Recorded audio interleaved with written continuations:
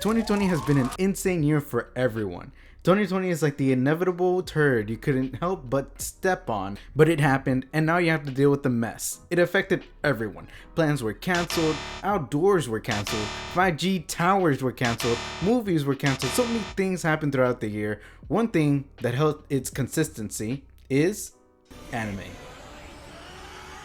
If you don't like anime, then you wouldn't be on my channel. With all the free time everyone got this year, it was the best opportunity for anime to just sneak in and take over. Now, I don't normally do these type of videos, but it's for a celebration. First off, actually surviving the apocalypse known as 2020 and hitting a big milestone for my channel.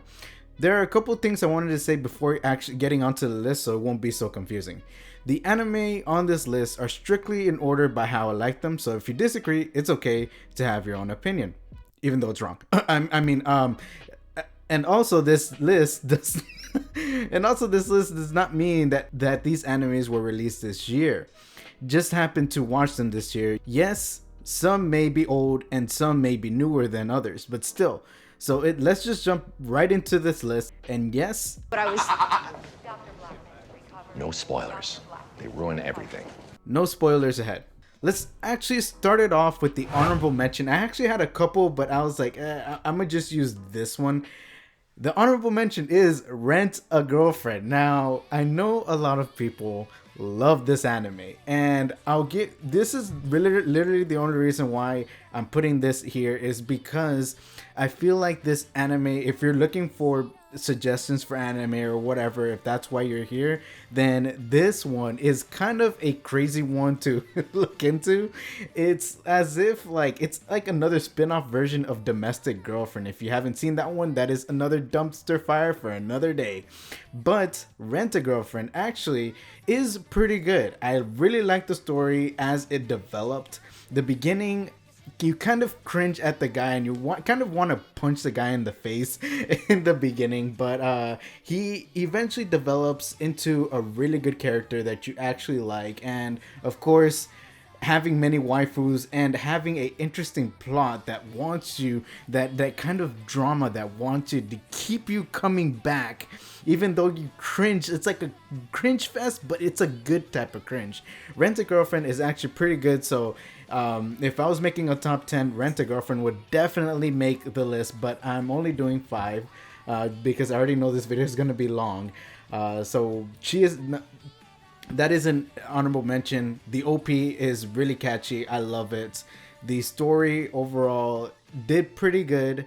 Could have been better, and I heard the manga, like most things, are better, but still, it is an honorable mention, and I would recommend it if you have the patience for it. It is not something that is easy to watch, but still recommend it. Let's go down to the list. At number 5, The Helpful Fox Senko-san. Let me just say that if you need a feels-good anime, this one right here. Usually anything that has to do with human-animal mixture is kind of weird to me. I mean, if you're into that stuff, then you're into that. But this one caught me by surprise. How wholesome the anime was. Normally, at some point, anime tends to follow the trend of getting lewd or accidentally falling and landing on some boobs or something. This did have like very, very small bits of lewd, but all things considered, it did well. Have you heard of ASMR? If ASMR had an anime, that's what this anime would be. This anime shows the main protagonist being constantly stressed by work, by people, and here comes a cute 900-year-old fox lolly to come and cook and clean and help him relax. There are actually 2 downsides to this anime, which aren't really downsides, but I'm gonna just place them here. It's a short anime, unfortunately, lasts only 12 episodes, each episode getting a closer bond with the main protagonist and Senko. The other downside is that once the series is over, you'll realize that you want a Senko of your own.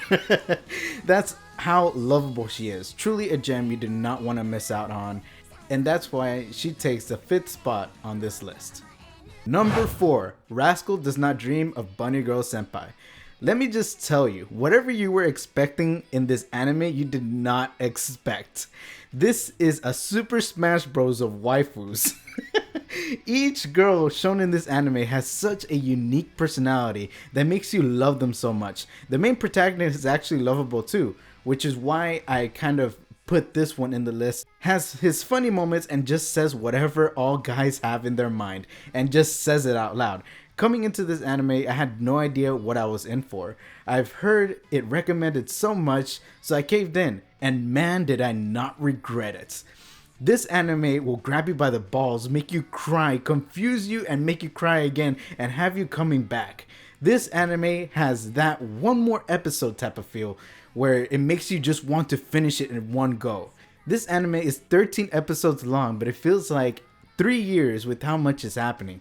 There is so much story, so much emotion that happen in such a short period of time that you forget it's 13 episodes long.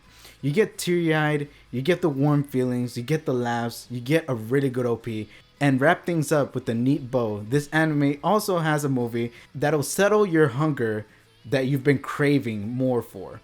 It's like a gift that keeps on giving. I know it looks cheesy, and that's a reason why I didn't watch it, but I know for sure when you finish it, you won't regret it. Number 3, Tokyo Ghoul. First off, reason why this anime is number 3 is because this anime had some top tier competitors this year. If it didn't, I know for sure this would have been number 1. This anime is the first on the list that is about action that has such an amazing first season. I'm not saying the following seasons are bad, but it's hard to hit a bar so high the way they left it in season 1. No spoilers, but this is an anime about a 19-year-old college freshman whose life literally gets turned upside down by ghouls. Ghouls are basically badass versions of vampires. Such a crazy roller coaster to get on, trying to see through the eyes of the main protagonist because he is now trying to adjust to the ghoul world he was just dropped in. Now unable to talk to his best friend, with Kaneki thinking his best friend or anybody he loves would think of him as a monster, they also have to not only try to fit into society, but they have to also fight this obstacle called doves. And these doves are ghoul investigators, and I like this little sprinkle of flavor they added, where you kind of put yourself in this and you kind of think, who are the bad guys really? You know, like are the ghouls really the bad people, or are the human ghoul investigators that's are called doves, are they the bad guys? That's where I really like to kind of put myself in there, and they kind of make it evident by having one of the ghoul investigators kind of be looking crazy, kind of wanting to, he has pleasure murdering children, ghouls, because they're ghouls.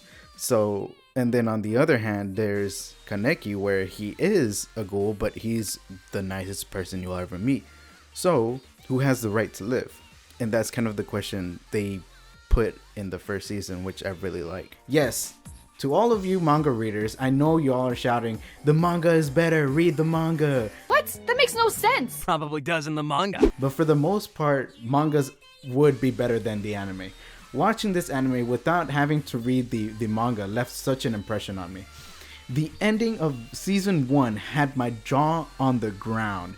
Has such interesting character development for the main character, has a nice dark feel to the anime, knowing as you come in watching the OP.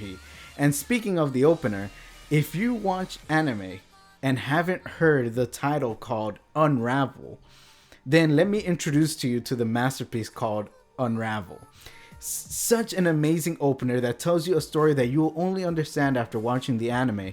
The song itself is such a bumpin' song. Overall, the anime left an excellent impression on me. It has 4 seasons, 12 episodes per season, so it can spoon feed you so it won't feel like it's so much. And yes, I know I'm watching this a little late, but that's the best part.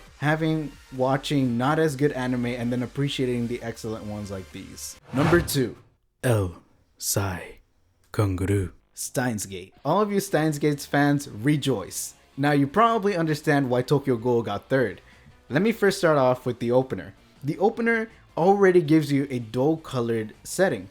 Very little in this opener has color, and even the things that do have color are not bright. Kind of puts a undertone of, this anime probably won't be a light-hearted one. And yes, I will warn you, the characters at first are annoying.